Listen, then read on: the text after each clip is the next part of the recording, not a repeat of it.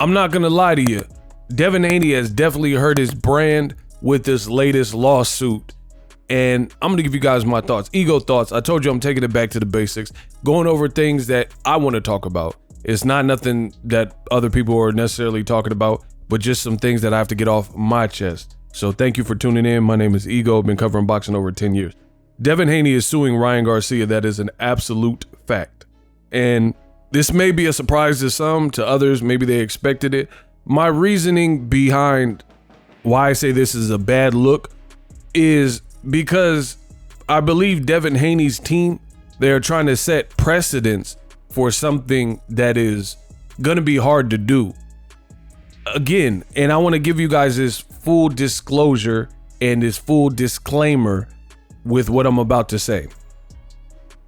Your boy Ego could care less what happens either way in the lawsuit, because I know the Haneyacks, they are sensitive, so they're like, oh, Ego, man, you hating, right? But the reality is, this doesn't change my world in the least. If Ryan wins, if it gets dismissed, if Devin Haney wins $500 million, what the that got to do with me? So I'm just giving you my opinion. So back to the regularly scheduled programming. There's some people who are not going to address it like I'm willing to address it, but that's what makes me the best in the business, and it's not even close. I'm always transparent. I'm always upfront on my channel. I've earned that. And I think they're trying to set precedents with something that's going to be hard.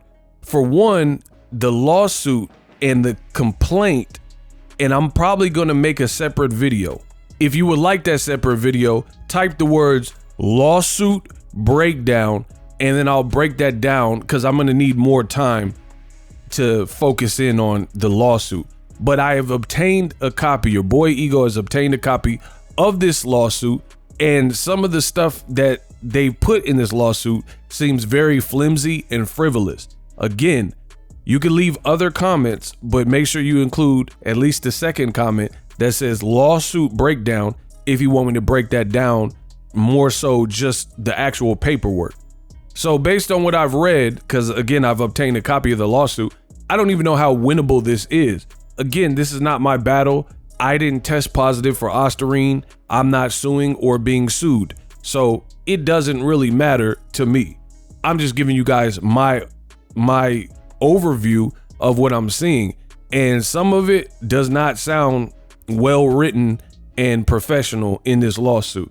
But I think this hurts Devin Haney because regardless, I believe your resume or your career will be impacted because you're now going to be known as the fighter who sues. And this could have different implications.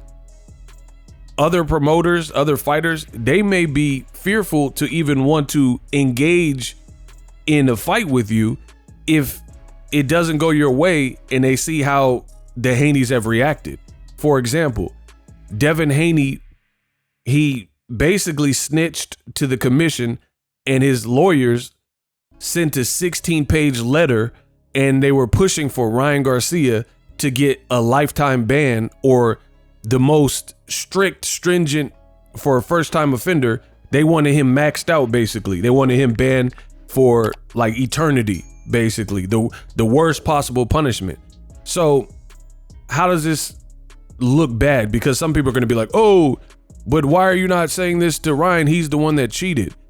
Ryan is facing the penalty set forth by the commission. The reason why I'm saying it looks bad is because if you break down and analyze the Haneys and what they've publicly put out, they come across as like, oh, we're hard. We're streets. We keep it street. We're street smart, that kind of thing. So anybody from the streets knows pushing paperwork, snitching, it doesn't go in line with the brand, right? And I can understand if people beat you up with baseball bats, you broke a bone, hit you with a lead pipe, something like that, and then someone filed an assault battery lawsuit. But for hand-to-hand combat, I've never, that I could recall someone filing for battery. So just the terminology of like battery, that looks crazy to me, right? And Devin is not the first fighter in the history of sports that has been duped or somebody tested positive. The other thing is Ryan, whether you believe him or not, he's claiming he didn't knowingly ingest this ostarine. So now the onus and the burden is on you for you and your team to prove it. And Ryan just says a lot of stupid stuff online. And I feel like that's part of their complaint. They're bringing up anything he may have said in an interview, bringing up tweets. But I just don't know how well some of that stuff will hold up in court. And think about other fighters in the past that have been cheated or felt cheated. Deontay Wilder said Tyson Fury cheated. Miguel Cotto versus Margarito with the plaster of Paris hand wraps. Both instances, you had the fighter who felt like their opponent cheated them and did something underhanded, and their first instinct as a fighter was to get it back in blood. In fact, for Deontay the Bronze Bomber Wilder, that was his whole slogan entering the Tyson Fury 3 fight. Anytime he would post, he would be like, "See you soon, back in blood. Hashtag back in blood. Hashtag back in blood." But for Devin Haney, who again, his team has kind of played that role and said like they're like street dudes and from Oakland and stuff like that. Wilder's trying to get it back in blood when he's cheated. Devin's trying to get it back in court. You see what I'm saying? So I think the imagery is forever shattered. No matter what happens, if Devin wins, if he loses, it's forever shattered. You can never go back to that. It's just like Sammy the Bull. Sammy the Bull turned on the same family that he had an oath to protect and not speak to the feds, and then he became state's evidence. So Sammy the Bull is forever marked and known for that. And that's kind of how it goes when you portray a certain image or even have a certain image, like Sammy Gravano. He was the bull, and then the bull ended up working with the matador, and that's just what it is. So I feel like Devin Haney, part of what has made him successful is like some of these back and forth, like with Regis Prograis, right? Where he's talking trash, you too little, shut up, blah, blah, blah. And his team is talking spicy, he's talking spicy. I feel like it's done for all that spicy talk. So Devin, he better win this lawsuit, because if he doesn't, that's going to look even more foolish, because some things you can't take back. You can't retract them. We already know you're trying to sue. So just like when you wrote to the commission, your team wrote a 16-page letter, your team was asking for the maximum punishment for Ryan Garcia. Instead of just letting the commission do their job and have their ruling, you were trying to, put in an additional word to get his sentence like longer, right? Instead of just rematching him. So I don't know. I just feel like the imagery has now forever been chipped at by doing this. Again, if Devin Haney wins, good on him if he gets some money out of it. But I just feel like certain things you do, there's no going back on it.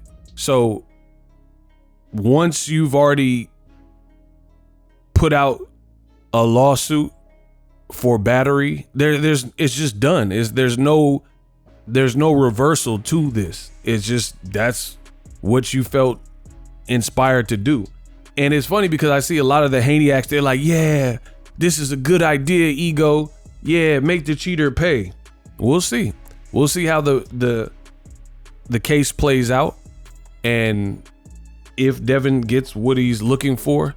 But it looks like, to me, I can't say Devin truly wants to rematch Ryan Garcia. I can't, because this is creating another obstacle where I feel like if you really wanted to rematch him, I don't know that this would be the order of operations in which you did stuff, right? So his team is saying, hey, we still want the rematch, but this is a part of business, so this is why we're suing him.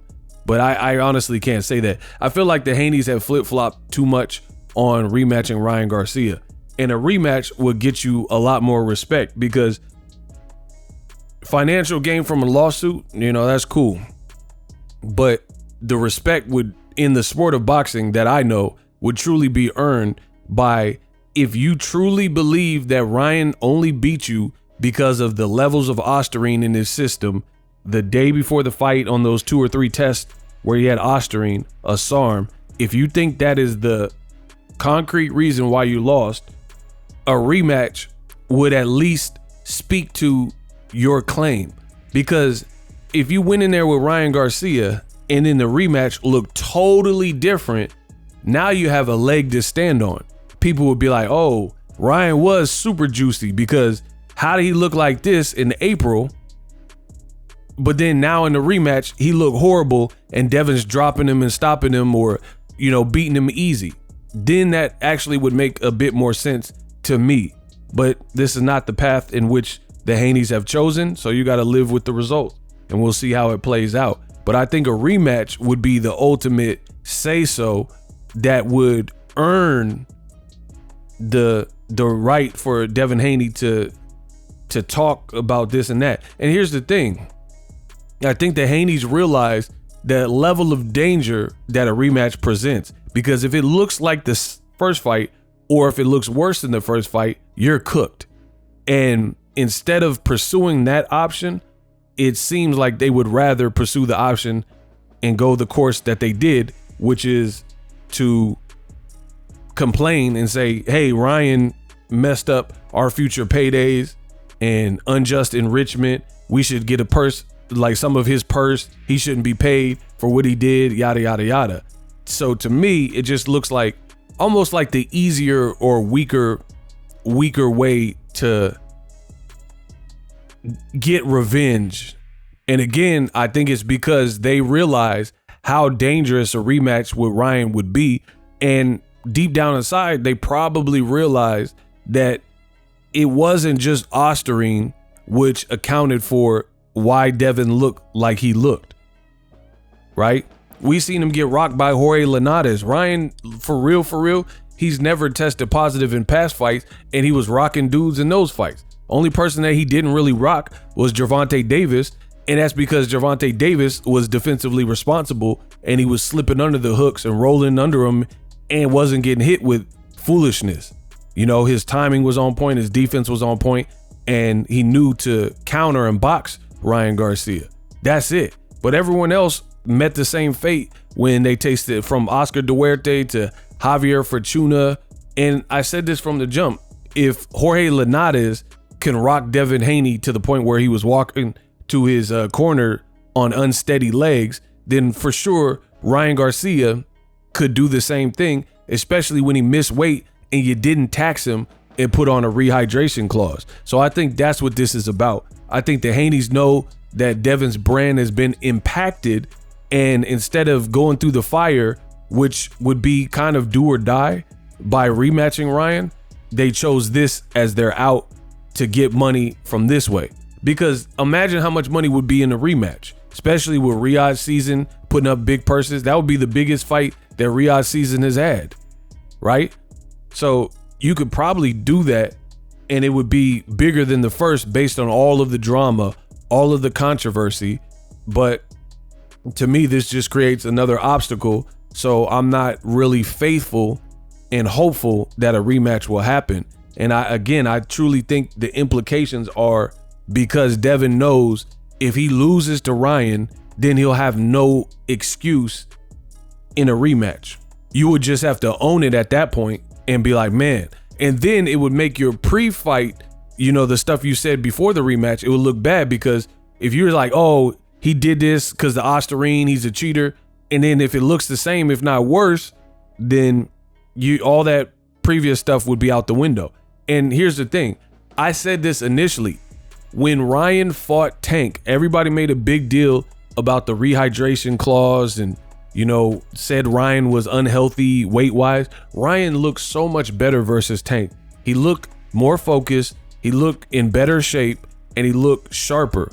Ryan looked like he had alcohol weight on him, where he just looked puffy. He's missing weight. He was acting weird in camp, said he was drinking, staying up late, going to clubs. That is not a disciplined fighter, and this is what I said from the beginning. So that's another thing that hurts Devin Haney a lot. You fought a version of Ryan that was like acting like a wino off booze, and he did all that to you as soon as he opened up in any of those rounds and threw, and you couldn't handle it. So imagine with something to prove if Ryan had a successful training camp, a better training camp, where now his back is against the wall and he's willing to take it serious and not fool around as much. You would have to favor Ryan, in my honest opinion. Ego thoughts.